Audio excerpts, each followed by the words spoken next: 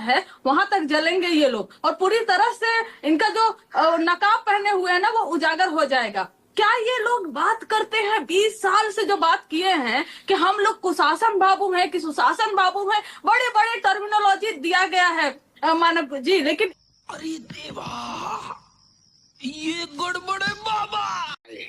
तो ये कह देना। अच्छा, अब इन्होंने कहा कि हमने प्रशांत जी ने मोदी जी की मदद की थी 2014 में। हाँ। उन्होंने कब कहा कि नहीं की है?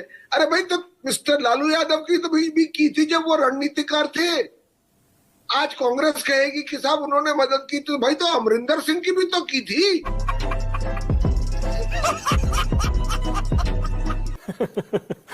स्टालिन की भी तो की थी, ममता की तो भी तो की थी। कंचना यादव 20 सेकंड। कंचना यादव छोटा सा जवाब।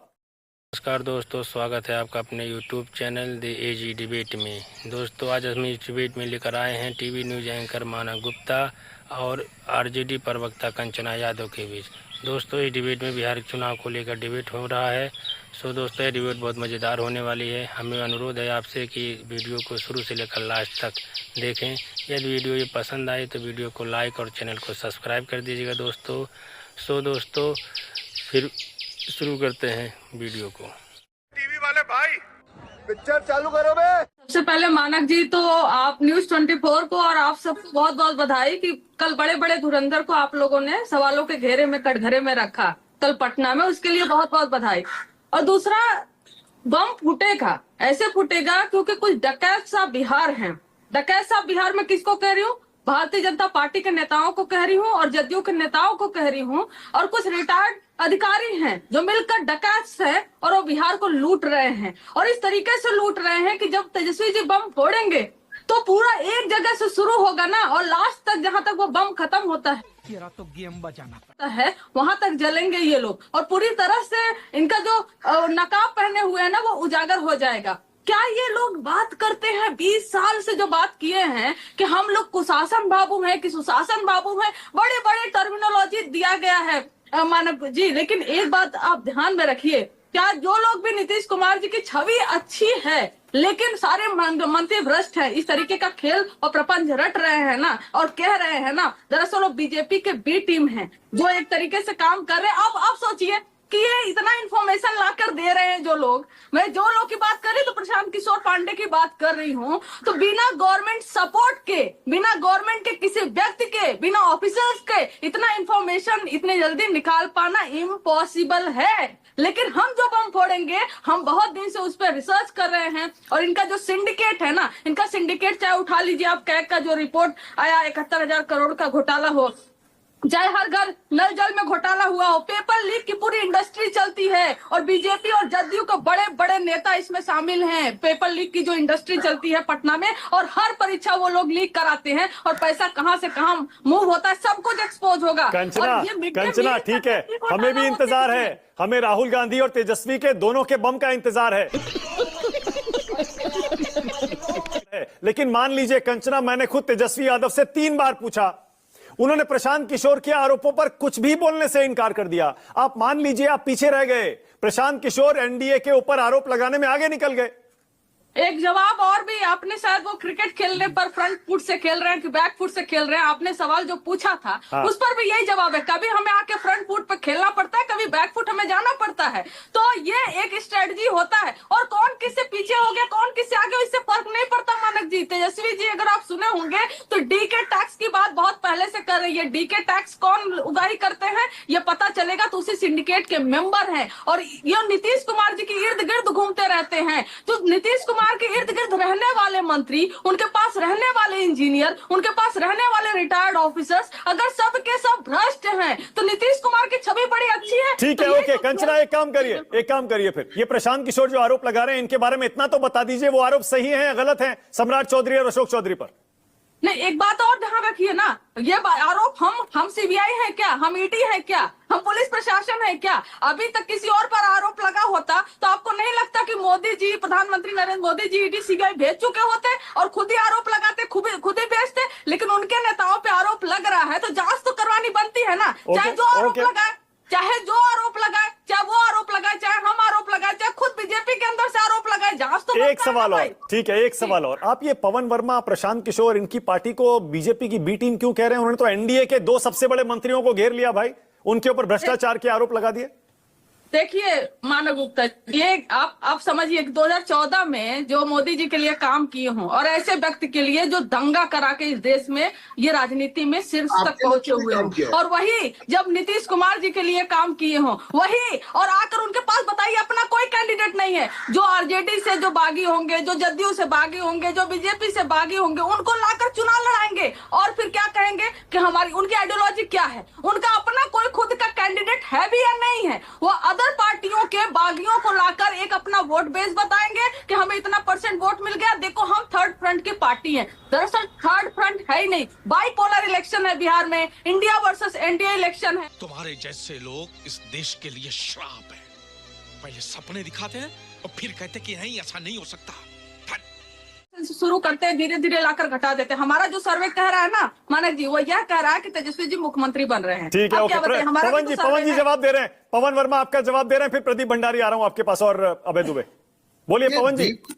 देखिए मानक जी, ये बी टीम, सी टीम, डी टीम भूल जाएगी।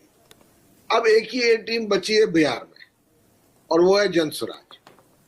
और दूसरी बात मैं आपसे ये कहना चाहता हूं कि सरकार अगर हमको मदद कर रही होती इस शोध में, तो मैंने ऐसी बेवकूफ सरकार तो देखी नहीं जो हमें ही दे रही है मटेरियल कि हमारे ही मंत्री को घेराव करो।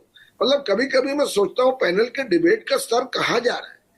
इस पे जैसे प्रशांत जी ने कहा, बहुत रिसर्च हुई है, कागजात निकाले हैं, दस्तावेज निकाले, एफिडेविट निकाले हैं, उनकी जांच करवाई है, उनकी शुद्धता पर पूरी तरह से शोध हुआ है। उसके बाद हम लेकर के सार्वजनिक रूप से आए हैं। तो ये कह देना, अच्छा अब इन्होंने कहा कि हमने प्रशांत जी ने मोदी जी की मदद की थी 2014 में। हाँ। उन्होंने कब कहा कि नहीं की है? अरे भाई, तो मिस्टर लालू यादव की तो भी की थी जब वो रणनीतिकार थे। आज कांग्रेस कहेगी कि साहब उन्होंने मदद की, तो भाई तो अमरिंदर सिंह की भी तो की थी।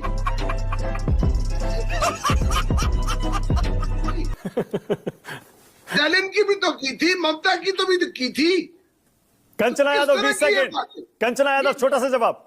अगर बीजेपी के अंदर से ही इनको मदद नहीं मिल रहा है तो यह बताए कि इतना इन्फॉर्मेशन बैंक अकाउंट निकालने के लिए कब जमीन रजिस्टर हुआ, कब पैसे कहां से गए, आपने कितने आरटीआई डाले हैं? आपने कितने आरटीआई डाले हैं? उस आरटीआई को बिना अगर आपने अधिकारियों के सपोर्ट से किया तो आरटीआई आप लाकर देश के सामने रखिए कि हमने इतना आरटीआई डाला था, हमें यहाँ से ये इन्फॉर्मेशन मिला, हमें वहां से नहीं।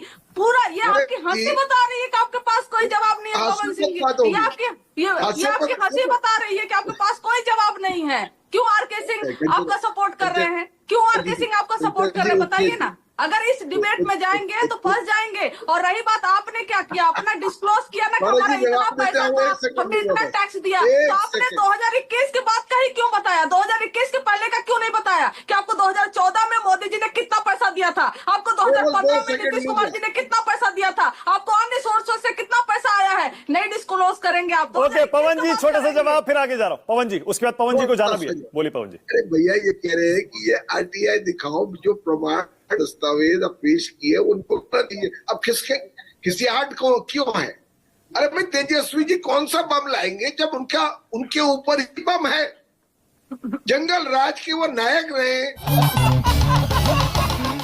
नहीं नायक नहीं, सॉरी, नायक के बहुत ही प्रतिभाशाली बेटे जो 9वीं पास नहीं है, वो क्या लाएंगे बम? हम लोग ने पहले भ्रष्टाचार पे कदम उठा लिया, तो अब हम लोग कोई गलत साबित कर रहे, ये नहीं देख रहे कि भ्रष्टाचार हुआ कि नहीं हुआ। ये राजनीति भी लोगों को। ठीक है, ओके प्रदीप भंडारी। अब प्रदीप भंडारी, ऑल राइट प्रदीप, आपकी बारी है। और प्रदीप, पहले मैं चाह रहा हूं थोड़ा सा बताइए कैसे हैं प्रदीप? कल क्या हो गया था प्रदीप? तो क्या हो गया था कल? वीडियो वायरल है सब जगह। मैं आनंद में हूँ। हाँ, ये बड़ी अच्छी बात कही आप। मानक जी, क्या होता है दरअसल, जब विपक्षियों के पास में तथ्य नहीं होते तो जैसे वो गरीब जनता के ऊपर वायलेंस करने का प्रयास करते हैं, ठीक वही काम आजकल विपक्षी स्टूडियो के अंदर कर रहे हैं। और इसीलिए जनता इनको विपक्ष में ही बैठाती हुई आई है, भले वो लेफ्ट हो, कांग्रेसी हो या जनस्वराज वाले हो जो नोटा के बराबर वोट ला रहे हैं। तो इनकी प्रवृत्ति है।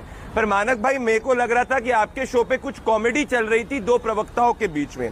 एक प्रवक्ता है जिनका इतिहास बम बंदूक बारूद का रहा है बिहार के अंदर, तो वापस से वो पटाखे बम बारूद की बात कर रहे, विकास की बात नहीं कर रहे। अब दूसरे एक पॉलिटिकल कंसल्टेंट की पार्टी है जो नोटा के बराबर जब वोट आएंगे तो बिहार छोड़ के चले जाएंगे और आरोप पे आरोप की बात कर रहे हैं। मेरे पास वो दस्तावेज है, प्रशांत किशोर का झूठ मैं आपके शो पे एक्सपोज करूंगा। उन्होंने एक प्रेस कॉन्फ्रेंस में कहा था कि उन्होंने 240 करोड़ से ज्यादा की कमाई करी है 2021 से 24 के बीच में। उसके हिसाब से उनका टैक्स होता है 30 करोड़ से ज्यादा, लगभग 34 करोड़। परंतु दस्तावेज इनकम टैक्स और जीएसटी के इनकम टैक्स के बताते हैं कि उन्होंने तो सिर्फ 4 करोड़ टैक्स दिया है। तो ये 30 करोड़ का भ्रष्टाचार प्रशांत किशोर ने क्यों नहीं, कैसे किया? क्यों नहीं उन्होंने इनकम टैक्स फाइलिंग के अंदर 34 करोड़ का इनकम टैक्स फाइल किया? ये जवाब पवन वर्मा को देना चाहिए, क्योंकि असली भ्रष्ट वो है। दूसरा ये प्रदीप एक सेकंड प्रदीप, ये दस्तावेज कहां से लाए हैं? ये कहां से लाए हैं? 10 सेकंड। अरे भैया, अरे आप देखो तो सही, यहाँ बम बम बारूद की बात हो रही है, सब बारूद, ये क्या है, इधर उधर की बातें कर रहे हैं। असली दस्तावेज तो यहाँ है, और जब धीरे धीरे आप देखिए क्या क्या होता है। अरे ये